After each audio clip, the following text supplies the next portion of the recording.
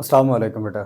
जैसा कि हमने चैप्टर नंबर 13 करंट इलेक्ट्रिसिटी को अपने एंट्री टेस्ट की पॉइंट्स की फार्मूलाज की सीरीज़ के अंदर स्टार्ट किया हुआ था। आज का हमारा टॉपिक बेटा बहुत ही अहम टॉपिक है, ओहम लॉ। ओहम लॉ से मुताल्लिक काफ़ी सारे हमारे कॉम्पिटिटिव एग्ज़ाम की एमसीक्यूज़ बनती हैं। वो किस तरह से आज हम अपने इस लेक्चर के अंदर इनको डिस्कस करेंगे। तो बेटा आपने सारी चीज़ें साथ-साथ नोट करनी है, क्योंकि मैं नए फार्मूलाज़ आपको यहाँ नोट कराऊँगा। वो आपने नोट कर लेने हैं ताकि उनमें से जिस तरह की हम एक फार्मूला में से एमसीक्यूज़ बनाते हैं, उनकी आपने बार-बार प्रैक्टिस करनी है। तो स्टार्ट करते हैं बेटा। एंट्री टेस्ट की पॉइंट्स की फार्मूलाज की सीरीज़ हमारी चल रही थी और इसके अंदर हमने देखना है आज ओहम लॉ को। ओहम लॉ जिसको हमने डिफ़ाइन किया था कि किसी भी एक कंडक्टर की फिज़िकल स्टेट अगर तब्दील ना हो तो हमेशा उसमें से पास होने वाला करंट उसके अप्लाइड वोल्टेज जो यानी कि उसके दो टर्मिनल्स के दरमियान में जो वोल्टेज होगा उसके डायरेक्टली प्रोपोर्शनल होता है। हमने बेटा इसको डिफाइन तो कर लिया था, लेकिन आज जो मैं आपको फार्मूलिज्म नोट कराने लगा हूँ, इनको गौर कीजिएगा। I is proportional to V. Current हमेशा वोल्टेज के डायरेक्टली प्रोपोर्शनल होता है अगर किसी कंडक्टर की फिजिकल स्टेट तब्दील ना हो। तो हेयर इज कोई आपने कांस्टेंट लगाना है। कांस्टेंट आपके पास बेटा जी, जिसे हम कहते हैं बेटा कंडक्टेंस। ठीक है बेटा, ये कंडक्टेंस है।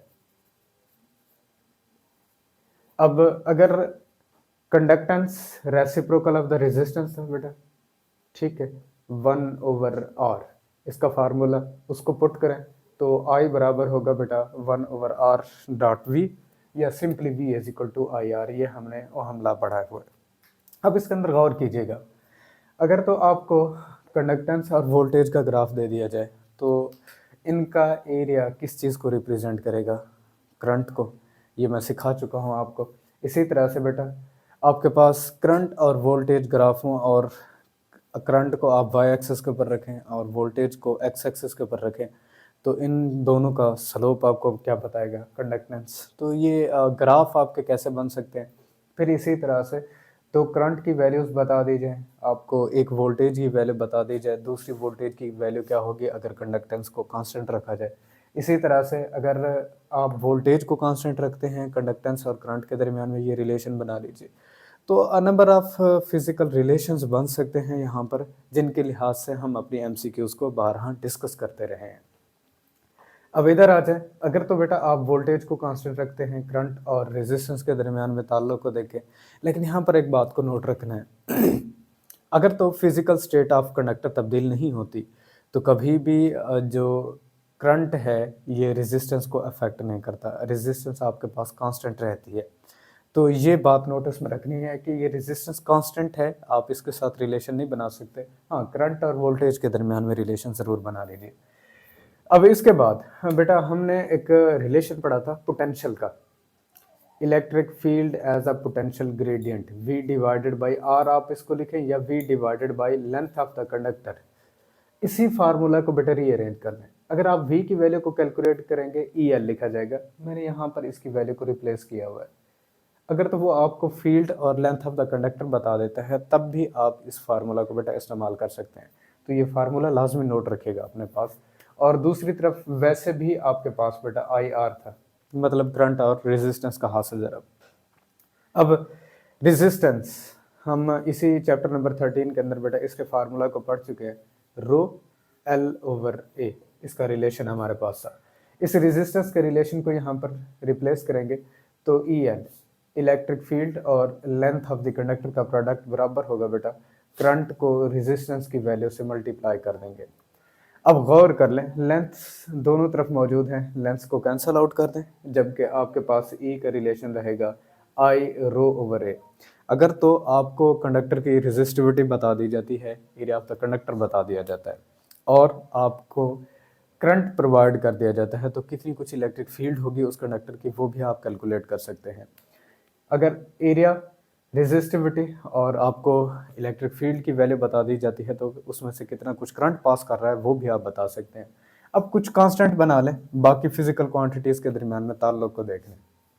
आप करंट और रेजिस्टिविटी को कांस्टेंट कर दें तो एरिया ऑफ द कंडक्टर और electric field due to that conductor, उसकी जो फील्ड होगी वो बेटा एक दूसरे के इन्वर्सली प्रोपोर्शनल चले जाएंगे।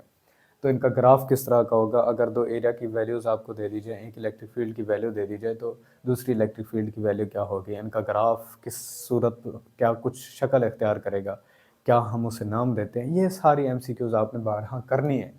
और इसीलिए अगर आई का रिलेशन बेटा देखना चाहें तो ई ए डिवाइडेड बाई रो, करंट का एक नया आपके पास फार्मूला कि किसी भी एक कंडक्टर की इलेक्ट्रिक फील्ड कितनी है, एरिया ऑफ द कंडक्टर कितना है, और उसकी रेजिस्टिविटी के ऊपर जब इसको तकसीम करेंगे तो आपको उसका करंट मिल जाएगा।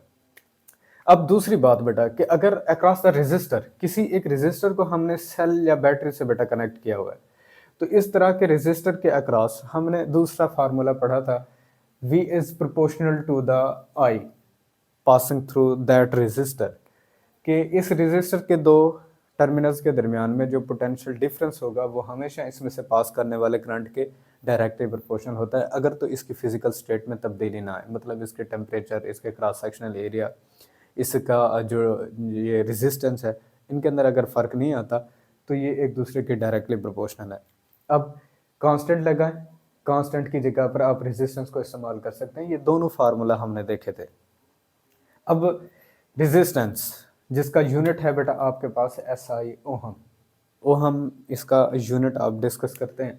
अब SI बेस इसको बनाएं, ओहम को यहाँ से कैलकुलेट कर लें। हियर इज आपके पास अगर आपने ओहम R को कैलकुलेट करना है तो ये बनता है V डिवाइडेड बाई I, या सिंपली इसे बेटा वोल्ट पर एम्पेयर इसको कहते हैं। ठीक है बेटा, अब वोल्ट पर एम्पेयर की इन वैल्यूज़ को रिप्लेस करें तो आपके पास इसका SI बेस यूनिट मैंने यहाँ पर लिखा हुआ है, जो कि आपसे 12 MCQs के तौर पर पूछा गया, किलोग्राम मीटर स्क्वायर पर second cube per ampere square. तो ये आपके पास, अब इसकी डायमेंशन बना लें। देखें, डायमेंशन ऑफ द रेजिस्टेंस, अगर हम रेजिस्टेंस की डायमेंशन को चेक करना चाहें, आप इसे R भी लिख सकते हैं, मैं यूनिट नहीं लिखने लगा, फिजिकल क्वांटिटीज़ का ही होता है।